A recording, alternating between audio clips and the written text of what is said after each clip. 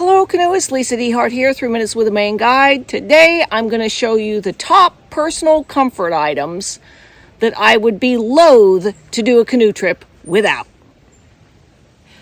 Okay, first off is this gel seat. If you're ever going to get good at paddling a canoe, you got to get your butt out of the middle of the boat, okay? So I like this gel seat. It clips in the back, and my brilliant husband, when I cut out more seat belts out of junk cars, I don't know why it took me 27 years to figure this out, but I had him close in this gap, mind the gaps, as the Brits say, and it works just fantastic now. That's tacked just like the seat is, and I love it. I love it. Next up, and you've seen me do this a million times, are these sunglasses, okay? Renegade makes a quality polarized lens that is bifocal below.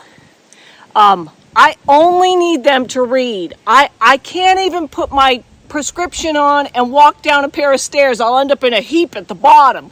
But I can't read anything without it. So these are just a simple magnifier, 2.0, which works great.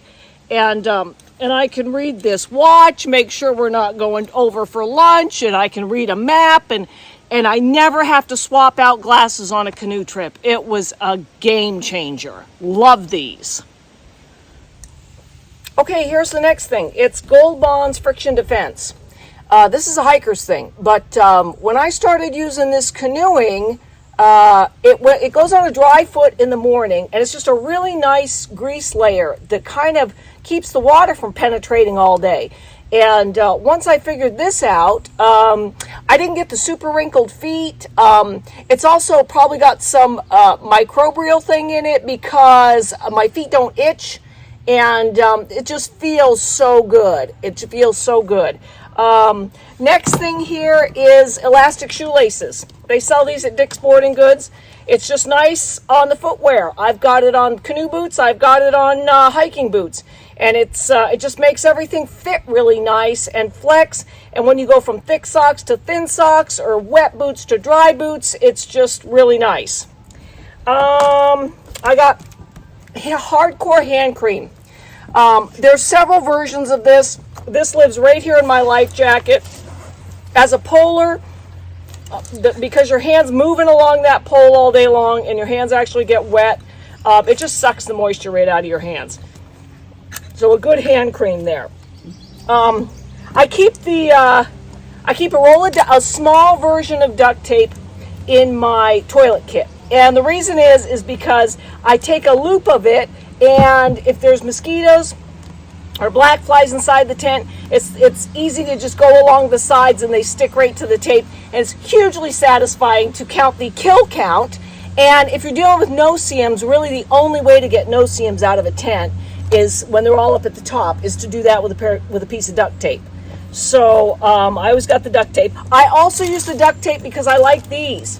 I love chasing the whitewater in the spring and the fall, and the older I get, I hate to be cold. So the toe warmers or hand warmers, if it's hand warmers, I'll tape them together in a nice big patch like this, and then I'll tape it to my sleeping bag, and I'll have a nice, almost like a heating pad in between my shoulders at night. It's really nice, but I need the duct tape inside the toilet kit to do that.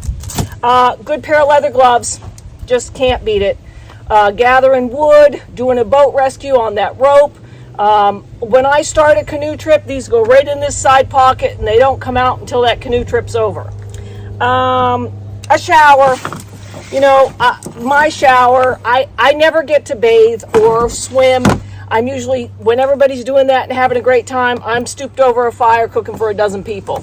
And I don't like to get clean, and then come back and cook dinner. And when I'm done, I want to be done. So because I got that shower, I can set it up right outside the tent. Usually it's dark by the time I get to shower anyway. So yeah, I really like the shower.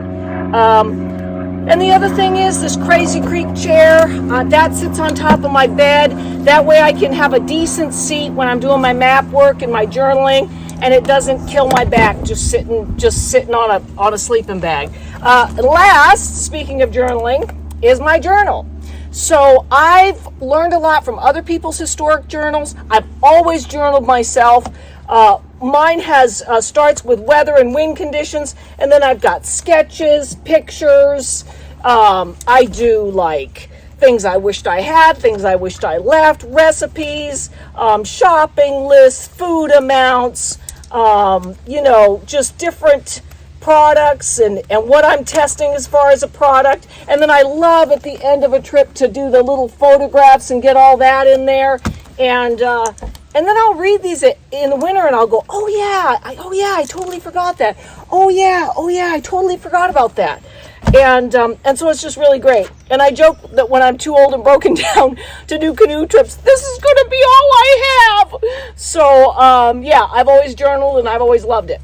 These beautiful journal covers my very talented older sisters make because they sew and I can't sew. But if you like these, let me know. I think that's it.